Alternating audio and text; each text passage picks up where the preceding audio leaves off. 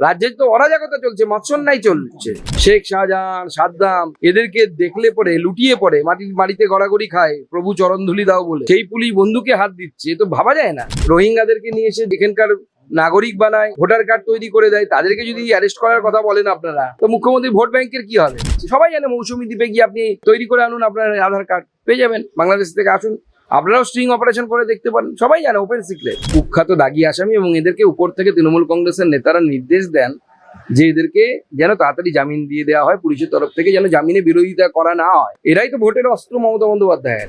আমাদের সংস্কৃতি কি ছিল আমরা ভুলে গেছি, এবং তৃণমূল কংগ্রেসের দৌলতে এরাই পশ্চিমবঙ্গের সংস্কৃতি। পার্টির মত নরেন্দ্র মোদীর পথ, নরেন্দ্র মোদীর মতই হচ্ছে পার্টির পথ। আমরা পশ্চিমবঙ্গবাসীর ভোট চাই, সংখ্যাগুরু এরকম কোনো ভোট চাই না। দেখুন, মালদার ঘটনা অত্যন্ত মর্মান্তিক, এবং সব থেকে বড় কথা, একের পর এক যেভাবে পুলিশের উপর হামলা, পুলিশের উপস্থিতিতে আইন নিজের হাতে তুলে নেওয়ার ঘটনা ঘটছে, এই ঘটনাগুলো আমাদের চোখে আঙুল দিয়ে বুঝিয়ে দিচ্ছে রাজ্য প্রশাসনের উপরে, পুলিশ প্রশাসনের উপরে বাংলার সাধারণ মানুষের বিশ্বাস আর নেই।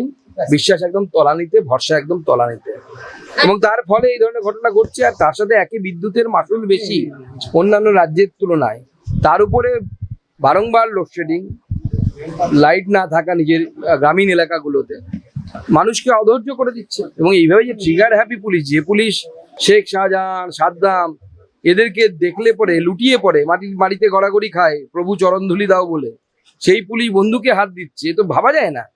জিপ পুড়িয়ে দেওয়া, পুলিশের জিপ পুড়িয়ে দেওয়া, এটাকে দেখুন, আইন কারোরই হাতে তুলে নেওয়া উচিত না, কিন্তু আমাদের সকলের এটা ভাবতে হবে যে কেন পুলিশের উপস্থিতিতে আইন এইভাবে বারবার হাতে তুলে নিচ্ছে সাধারণ মানুষ। কেন কাউকে পেটাচ্ছে পুলিশের সামনে, কাউকে বিবস্ত করে দিচ্ছে, পুলিশ নিজে মার খাচ্ছে। গতকাল বর্ধমানে একজনের মাথা পেটেছে, খবরটা বাইরে আসেনি, চাপা আসেনি, আমার কাছে পুলিশের সেই অফিসারের ছবি আছে, পুরো মাথাটা ফাঁক করে দিয়েছে বড়বাবু থানা। এই অবস্থা যদি রাজ্যের হয়, রাজ্যের তো অরাজকতা চলছে, মৎসন্যায় চলছে।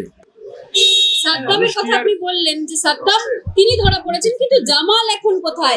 অ্যাডমিনিস্ট্রেশন এখনো জামালকে ধরতে পারছেন না। দেখুন, এই অ্যাডমিনিস্ট্রেশন চাইলে তো ধরতে পারে, চাইতে হবে তো, চাইছে না তো। তাই এই সমস্ত দুধেল গরু যারা ভোট করায়, যারা ওপার থেকে রোহিঙ্গাদেরকে নিয়ে এসে এখানকার নাগরিক বানায়, ভোটার কার্ড তৈরি করে দেয়, তাদেরকে যদি অ্যারেস্ট করার কথা বলেন আপনারা, তো মুখ্যমন্ত্রী ভোট ব্যাংকের কি হবে? জামালের বাড়ির কচ্ছপ উদ্ধার করতে বন দপ্তরের আধিকারিকরা এসেছে, সাড়া দিচ্ছে না বাড়ির ভিতর থেকে কেউ, উদ্ধার করা যাচ্ছে না কচ্ছপ। এই কচ্ছপ উদ্ধারে হবে কি? দেখুন, এই অসহায় বন দপ্তরকে বনেই পাঠিয়ে দেওয়া উচিত, এদের এখানে রাখা উচিত না। আর প্রাক্তন বনমন্ত্রীর বিরুদ্ধে তদন্ত হওয়া উচিত, কত গাছ ঝেড়েছেন, কচ্ছপ ঝেড়েছেন, আর এরা কিভাবে দিনের পর দিন এইভাবে সংরক্ষিত প্রাণীদেরকে নিয়ে তাদের পাচারের কাজে অভিযুক্ত থাকে, সেটা নিয়ে তদন্ত হওয়া উচিত। কোনো বড় র্যাকেট কাজ করে কিনা এদের পেছনে। রোহিঙ্গাদের যেভাবে প্রবেশ করানো হচ্ছে, তৃণমূলকে আলাদা বিচ্ছিন্নবাদী কোনো দেশ তৈরি করতে চাইছেন, এইভাবে অনুপ্রবেশের কারণ কি? দেখুন, আমাদের চোখে তো সেরকমই লাগছে যে মাননীয় মুখ্যমন্ত্রী যেভাবে অনুপ্রবেশকে প্রোৎসাহন দিচ্ছে, সরকারিভাবে স্পন্সরশিপ দিচ্ছে। সবাই জানে মৌসুমী দ্বীপে গিয়ে আপনি তৈরি করে আনুন, আপনার আধার কার্ড পেয়ে যাবেন। বাংলাদেশ থেকে আসুন, আপনারাও স্ট্রিং অপারেশন করে দেখতে পারেন, সবাই জানে ওপেন সিক্রেট। সবকা সাথ সবকা বিকাশ নয়। কালকে শুভেন্দু অধিকারী বক্তব্য রাখার পরে আজকে প্রাক্তন রাজ্য সভাপতি যিনি ঘটনাস্থলে ছিলেন তথাগত রায় তাকে সমর্থন জানিয়েছেন, অভিনন্দন জানিয়েছেন। বিজেপি করেছেন, আজকে সকালেও করেছেন, তিনি বলেছেন যে বিজেপি কর্মীদের মনের কথা। পার্টি স্ট্যান্ড আমরা ক্লিয়ার করে দিয়েছি, যেটা পার্টি স্ট্যান্ড সেটাই হচ্ছে আমাদের সকলের স্ট্যান্ড। কেউ তার ব্যক্তিগত অভিমত জানাতে পারে, তথাগত বাবুর এটা ব্যক্তিগত মত হতে পারে, পার্টি এই মতকে এন্ডোর্স করে না। পার্টির মত নরেন্দ্র মোদীর পথ, নরেন্দ্র মোদীর মতই হচ্ছে পার্টির পথ। সবার সাথ, সবার বিকাশ। হ্যাঁ, ভোট পাচ্ছে না, ভোট দেবে না, আমরা জানি তো ভোট দেবে না, তো অসুবিধা কি আছে? কুকুর মানুষকে কামড়াচ্ছে বলে মানুষ তো কুকুরকে কামড়াতে পারে না। কেন্দ্রীয় নেতৃত্বের কাছ থেকে কোন রকম কিছু আপনাদের থেকে জানতে চাওয়া হয়েছে যে আপনাদের উপস্থিতিতে এরকম একজন বক্তব্য রেখে দিলেন? আমার সাথে কেউ কিছু জানতে চায় না। 21শে জুলাই এবার বলা হচ্ছে যে তৃণমূলের তরফ থেকে এরপরে কোনো ব্যাখ্যা দিয়ে কোনো ফোন বা কিছু করেছেন? না, বিরোধী দলনেতা তো তার মন্তব্যের ব্যাখ্যা দিয়েছেন, উনি টুইট করেছেন, আপনার টুইটটা দেখে নিন। সেখানে তো পরিষ্কার উনি বলেছেন, উনি মনের বা হৃদয়ের ব্যথা থেকে বলেছেন যে আমাদের সরকার এত কাজ করার পরেও একটা বিশেষ সেগমেন্টের ভোট আমরা পাচ্ছি না, এবং এটা কিন্তু সাম্প্রদায়িক ভোটিং হচ্ছে, পরিষ্কার বোঝা যাচ্ছে। আপনি পশ্চিমবঙ্গের সংখ্যালঘু এলাকাগুলোতে গিয়ে দেখুন, রাস্তা নেই, ঘাট নেই, জল নেই, শুধুমাত্র ধর্মীয় সুশ্রুরির কারণে। এবং অনেক জায়গায় আমরা দেখেছি আমাদের সংখ্যালঘু নেতারা কান্নাকাটি করছে, তাদেরকে মসজিদের ইমাম থেকে শুরু করে সবাই একঘরে করে দিয়েছে বিজেপি করার জন্য। তাদেরকে বলা হয়েছে যে তোমার মরার পর তোমার জানাজা পড়াতে যাব না। এই যে সাম্প্রদায়িক ভোটিং, এবং এটা করানো হচ্ছে, পলিটিক্যালি করানো হচ্ছে, উপর থেকে কিনে মোল্লা মৌলবীদেরকে কিনে তৃণমূলের দ্বারা করানো হচ্ছে। সুকান্ত দা, কালকে অর্জুন আমি একটা প্রশ্ন, এটা সমাধান অর্জুন বাবু কালকে বললেন যে নিচু তলার সংগঠন একদম জিরো হয়ে গেছে। এই বিষয়টাকে নিয়ে আপনি কি বলবেন, যে বুথ লেভেল সংগঠন একের জিরো? পর এক লোক মুখ খুলছে। আমার মনে হয় এই ধরনের বিষয় দলের ভেতরে বলা উচিত। যে কোনো জায়গার যদি সংগঠন জিরো হয়ে যায়, তাহলে সেই এলাকার নিচুতলার লোকেদের থেকে শুরু করে উপরতলা অব্দি সবার দায়িত্ব না? দায়িত্বটা তো আমাদেরও। সংবাদ মাধ্যমের সামনে যারা এই ধরনের মন্তব্য এই ধরনের করছেন, মন্তব্য করা উচিত নয়। আমরা বারবার বলছি এই ধরনের মন্তব্য করা উচিত নয়।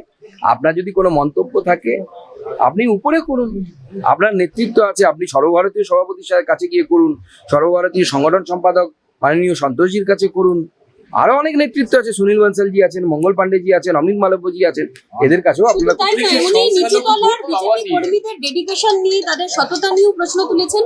তিনি বলছেন যে ভোটের সময় নিচুতলার কর্মীদের ডেডিকেশন যদি থাকতো বিজেপির এই রেজাল্ট হতো না। নিচুতলার কার্যকর্তা যারা এখনো বিজেপির ঝান্ডা ধরে বসে থাকেন, তাদের ডেডিকেশন নিয়ে প্রশ্ন। দেখুন, আমার কার্যকর্তা বা কর্মীদের ডেডিকেশন নিয়ে কোনো সন্দেহ নেই। তারা চেষ্টা করেছে, সবাই চেষ্টা করে, যতটা পেরেছে তারা চেষ্টা করেছে।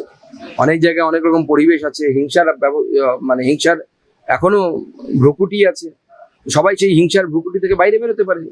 আমার কর্মীরা পার্টির সাথে আছে, পার্টির জন্য তারা যথেষ্ট চেষ্টা করে। সংখ্যালঘু মোর্চাকে কি আরো অ্যাক্টিভ করবেন? তার কারণ সংখ্যালঘু ভোট তো আপনাদের পেতে হবে, এমনটা তো নয় যে আপনারা উপেক্ষা করে ভোটে দিতে যাবেন। দেখুন, আমরা আলাদা করে সংখ্যালঘু, সংখ্যাগুরু, কাস্ট, ক্রিড, ল্যাঙ্গুয়েজ এর উপরে মানুষকে ভাগ করাতে বিশ্বাস করি না। বিজেপি বিশ্বাস করে না। আমরা সবার সাথ, সবার বিকাশ, বিজেপির উন্নয়নের মডেল আমরা তা মানুষের সামনে রাখবো, পশ্চিমবঙ্গবাসীর সামনে রাখবো। আমরা পশ্চিমবঙ্গবাসীর ভোট চাই, সংখ্যালঘু, সংখ্যাগুরু এরকম কোনো ভোট চাই না। বলছি, তৃণমূল কংগ্রেসের মুখপাত্র কুণাল ঘোষ তিনি বলছেন যে বিজেপির দুজন সাংসদ তৃণমূল কংগ্রেসে হয়ে গেছে। সাদ্দামের ক্ষেত্রে দেখা যাচ্ছে যে পুরনো 7টা মামলা রয়েছে, ডাকাতি, অস্ত্র রাখা, এই ধরনের কিছু বিষয়, 7টা পুরনো কেস রয়েছে। সেটা আজকে তাকে গ্রেপ্তার পেয়েও জামিন পেয়ে গেছে বারবার। এই যে পুরনো কেস, দেখা যাচ্ছে এরা সবাই দাগি আসামি। আজকে তারা বিখ্যাত হওয়ার পর বা কুখ্যাত হওয়ার পর তাদের বিরুদ্ধে পদক্ষেপ, নড়ে চড়ে বসা, কিভাবে দেখছেন?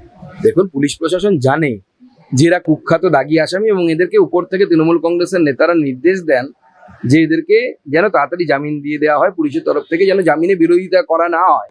এবং আপনারা দেখবেন সরকারি উকিল জামিনের বিরোধিতা করেনি, এদেরকে তাড়াতাড়ি ছেড়ে দেওয়ার ব্যবস্থা করেছে। কারণ ভোটে তো এরা অস্ত্র, এরাই তো ভোটের অস্ত্র মমতা বন্দ্যোপাধ্যায়ের, এরাই তো ভোটটা করায়। তবে না কোনো বুথে 50টা ভোট বিজেপি পাবে, আর 650, 850 ভোট তৃণমূল কংগ্রেস পাবে। স্বাভাবিক ভোট হলে তো হবে না সেটা। সালিশি সভার যে জামাল, তিনি শেষ করেছেন। প্রতারণার অভিযোগ উঠে আসছে। 2020 থেকে 65 লক্ষ টাকা তিনি হাতিয়েছেন একজন তৃণমূল কর্মী জামাল। তিনি বিভিন্ন এলাকার মানুষের একজনের থেকে 65 লাখ টাকা বারে বারে উসুল করেছেন, না হলে শিকলে বেঁধে মারধর করবো, এরকম হুঁশিয়ারি দিতেন তিনি।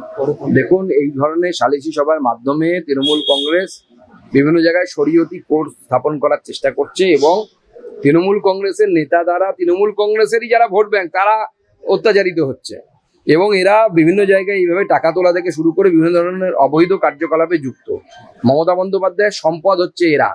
পশ্চিমবঙ্গ একসময় আমাদের সংস্কৃতি কি ছিল আমরা ভুলে গেছি, এবং তৃণমূল কংগ্রেসের দৌলতে এরাই পশ্চিমবঙ্গের সংস্কৃতি হয়ে গেছে।